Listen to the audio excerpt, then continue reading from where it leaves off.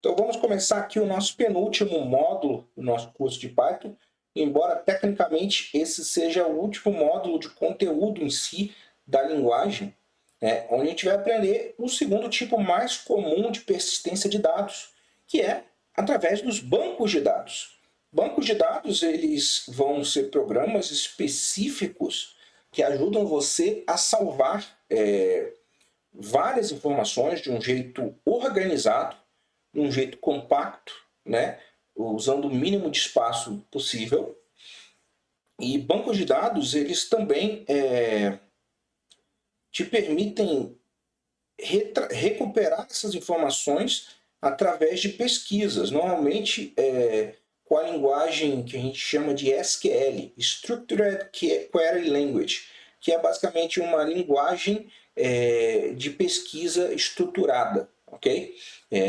E assim a gente pode inserir, alterar, apagar, ler dados do nosso banco de uma maneira padronizada, fácil e rápida, garantindo que o nosso programa seja cada vez mais eficiente, tá?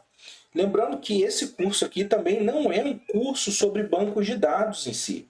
Esse aqui vai ser um curso que a gente vai utilizar para aprender o Python. Isso aqui é mais uma introdução sobre o assunto, em que você vai aprender, como utilizar essas ferramentas ao seu favor, e vão dar aqui uma pincelada geral, tá? Não se preocupe com absorver tudo esse conteúdo, é só para você ter mesmo uma referência e entender o conceito. Então, como eu disse, bancos de dados eles são basicamente um programa em si, que permite você salvar e consultar dados de uma maneira organizada. E normalmente a gente usa nesses bancos de dados um sistema de gerenciamento de banco de dados, que a gente abrevia por DBMS, Database Management System, que ajudam você a recuperar, manter, porque no final tudo vai ser um grande arquivo, normalmente compactado, às vezes, muitas vezes criptografado para que não haja ali acessos indevidos. Esses gerenciadores também permitem que você crie usuários e cada usuário pode realizar determinadas ações ou não, podem recuperar ou não e alterar certas informações, certo? E a gente tem dois tipos principais desses programas. O mais comum são os bancos de dados relacionais, que trabalham assim, a gente chama por tabelas, que aí a gente tem vários muito famosos, como Postgre, o SQL Server, MySQL, o SQLite, que a gente vai utilizar aqui nesse curso como exemplo. E também os bancos de dados NoSQL, que é basicamente Notation Object SQL, que vão trazer um conceito de chave-valor, basicamente eles salvam os arquivos como JSONs. Eles são arquivos para funções mais simples. Alguns deles, como o que a gente chama do Redis, eles vão facilitar com que você pegue informações e salve elas na memória RAM.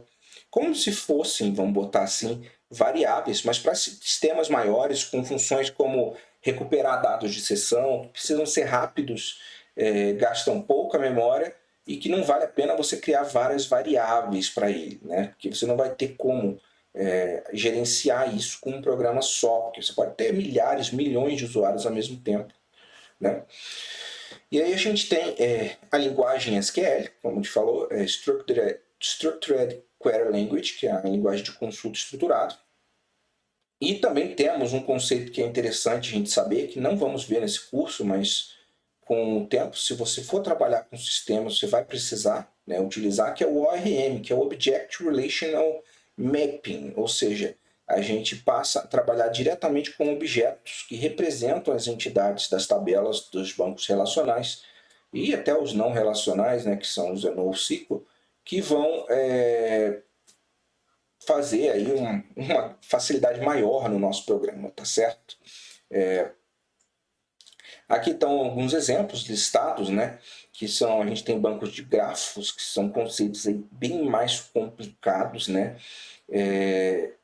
que normalmente quem vai trabalhar isso é gente da ciência da computação, de sistemas muito grandes, de computação, inclusive, às vezes científica, principalmente distribuição de rede e tudo mais. A gente tem, como eu falei, o relacionais, o NoSQL, os orientados a objetos, que são aí também interessantes, mas menos utilizados. A gente tem de séries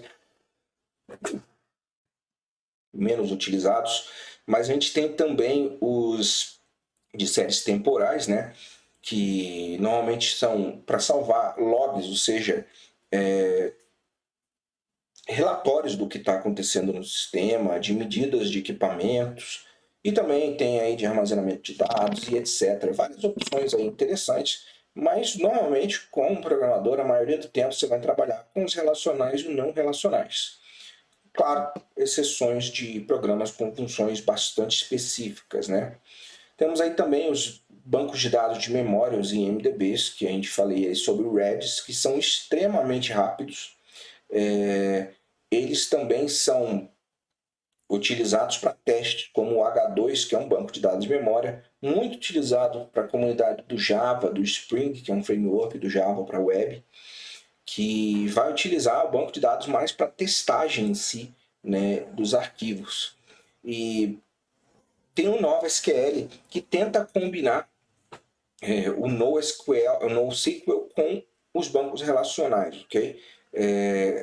A gente pode dizer talvez que o MongoDB trabalhe um pouco desse jeito, mas de uma maneira geral é isso aí que a gente tem à nossa disposição hoje.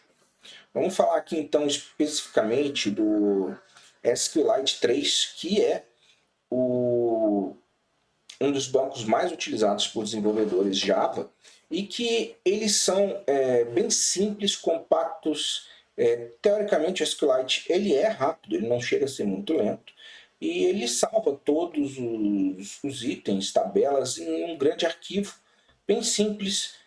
Não é talvez o mais seguro de todos, mas ele é muito utilizado para sistemas desktop quando você desenvolve. É utilizado também para sistemas do Android, né? Ele também acaba sendo encontrado. iPhone também utiliza bastante para aplicativos, né? Quando você precisa normalmente salvar os dados dentro do dispositivo da pessoa. Não é talvez o banco de dados mais indicados para você ter um servidor, salvar dados centrais, mas sim não ter uma série de arquivos jogados dentro do celular da pessoa para depois ficar consultando, abrindo e fechando, que pode ser, e com certeza vai ser aí um processo um pouco mais complicado e até mais fácil, suscetível de erro, tá? Ele usa um modelo relacional, baseado em tabelas, né? A gente vai, na próxima aula, ter aí um exemplo, como a gente fala, geral e prático, que a gente vai usar o programa, que inclusive eu recomendo você voltar lá no primeiro módulo e baixar o DB Browser, que a gente vai utilizar para trabalhar diretamente com o SQLite 3 e garantir aí um entendimento melhor do que é um banco de dados relacional. Então essa aula fica por aqui. Vamos aí aprender um pouquinho das funções básicas do SQL e como trabalhar diretamente com o banco de dados para ter aí um resultado interessante. Grande abraço e até a próxima aula.